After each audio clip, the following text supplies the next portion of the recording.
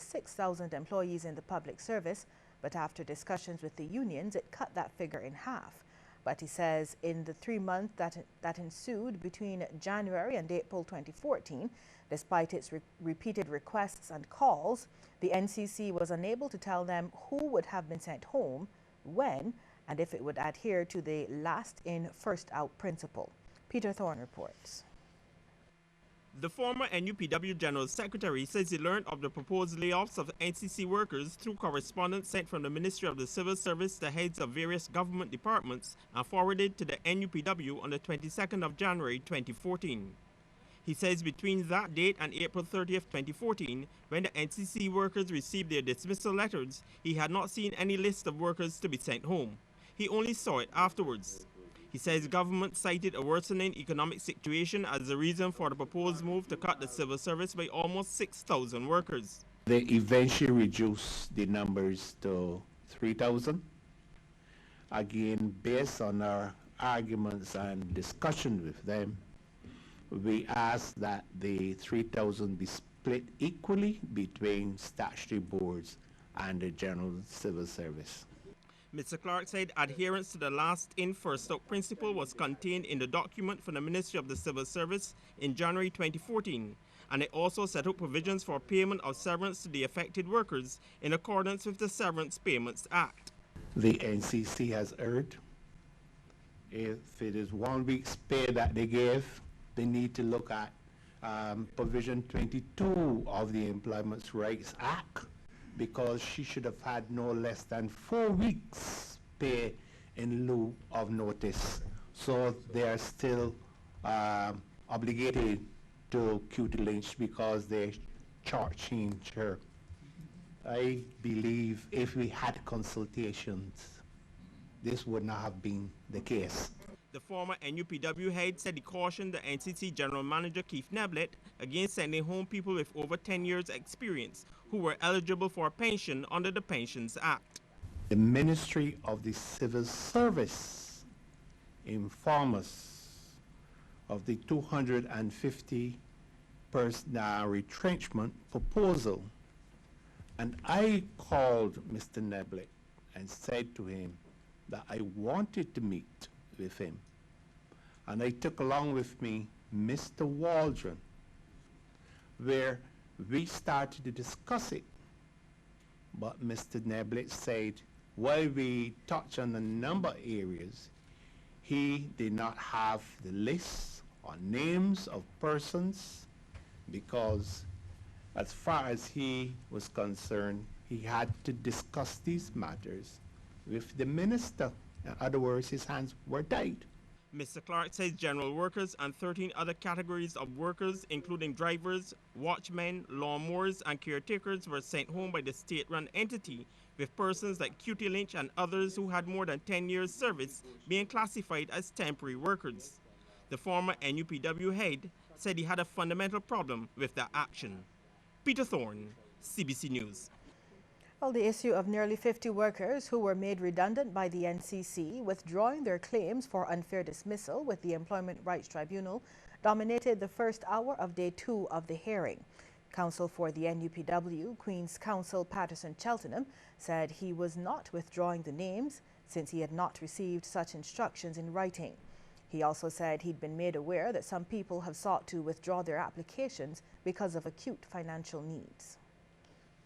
Under the 5th schedule to the Employment Rights Act, if you receive any payment, it simply is taken into account in the final calculation. That's all I'm saying. So I needed to indicate to you, sir, that I am not going to withdraw. I'm going to ask to withdraw my earlier submission made yesterday or comment. But I am not in any position, sir, to withdraw or to indicate that I am withdrawing 46 names from this matter, given how the Act is built. The Act is built around if you're going to get $10, you got 7 as the interim payment, you'll get 3 at the end. Very simple. After hearing arguments from both Mr. Cheltenham and lawyer for the NCC, Mitch Codrington, the chairman of the tribunal ruled that the body will only be guided by official declarations of the people in this matter regarding their status. He also ruled that this could be done any time before the tribunal hands down its decision. The discussion here leads one to believe that some persons have at least contemplated withdrawal. We have to go beyond contemplation. Any person who wishes to withdraw from this suit must officially inform the tribunal in writing. The letter may be presented by that person's counsel to the tribunal, but there must be an official statement to the tribunal that the person has withdrawn any interest in this matter. Success by law enforcement in their investigations into the circulation of photos on social media of a young woman posing with a number of firearms. A 26-year-old man has been arrested and charged. He is Patrice Jamar Germain Merritt of Parish Land, Christchurch. He appeared before the acting chief magistrate at the District C Magistrates Court, where he faced the charge of unlawful possession of a firearm. He was remanded to Her Majesty's Prison Dodds and is to reappear in court on October 15th. Coming up after the break, plenty of sea eggs at the start of the season. But first, we want to get your take on this question. Should there have been an earlier start to the sea egg season? Text yes or no to short code 8111. We'll have the results for you at the end of the news.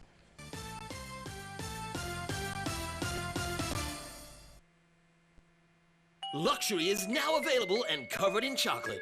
Introducing new Choc Ice from Byko, the luxury ice cream treat with real rich chocolate coating. Choc Ice is available island-wide from retail outlets, Byko Mobilers, and the Byko Direct Outlet.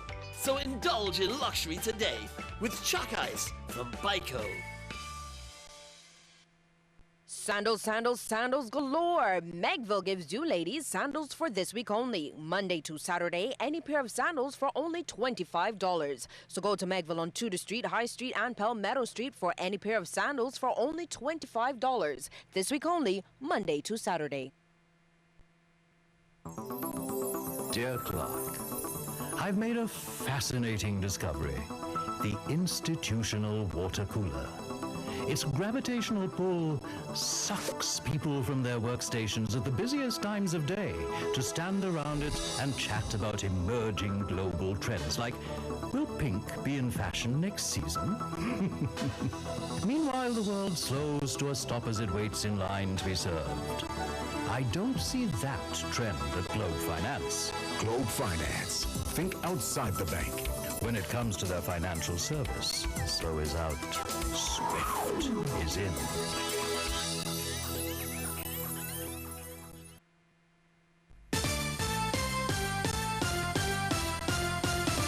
Divers have wasted no time taking full advantage of the start of the one-month sea egg season. A CBC team touched 2 hot spots for sea egg activity. More in this report. The boats are in and sea eggs are here. As they're hauled ashore, the nests of breakers grow larger and larger. Estimates suggest there could be thousands of sea eggs to be harvested. But diver Jack Walren says there's a problem. Not enough people to break them. I'll let the people, let the guys come and break the sea eggs. And I'll talk about later because we need heavy backing. Because you're backing a lot of work. Then they got to wash them out. And then they got to carry them to market. So that's a lot of work for one month to do. So we need help back in the egg. Some people also believe the season should have been opened earlier, perhaps in September. The seed was in the prime in September and now they're breaking down, like to hatch and things like that. And the word's not firm enough. Another breaker says the longer season would also allow them to make more money. Diver Keith Chase says on the first day out, they had to be battling rough seas starting early this morning to capitalize on the start of the season. We left home about 4 o'clock, go and get the boat ready, make sure the engine and everything is working properly, make sure I got all the buckets, spoons, water masks, because as they go along and you ain't got any gear, when you get there you still got to come back for the gear. So make sure you got all the nets, all the spoons, the buckets, make sure you got everything in place and then you move. And with quite a few orders to fill, those harvesting the Bajan delicacy are hoping to have a bountiful season. Well, the Ministry of Transport and Works has been revealing more details about its latest $25 million road works program being funded by the IDB, or the Inter-American Development Bank. Minister Michael Lashley says it will focus on rehabilitation of road infrastructure in a number of areas, as well as institutional strengthening. He admits there will be inconvenience in some instances once the program gets underway, and says it will not stop other ongoing roadworks programs. This IDB program, obviously, it is linked towards roads that lead towards the tourism project. That is the first phase. Also, we've actually signed on to CAF. That is a loan that we've actually agreed to, and that is in the tune of, I think, about 20 million or thereabout US. That also will include other roads, and also we are still continuing our general road program. One example is the one Holland being carried out at this stage by a private contractor. Minister Lashley and a number of other top officials from the Transport and Works Ministry spoke about the project during a town hall meeting at Queen's College last evening. Project manager Dave Scantlebury listed some of the roads in line for repair. We are looking at the sections from the cement plant right the way through to All Saints, Pleasant Hall, down Farley Hill, right down to Cleveland. That's where we're looking at.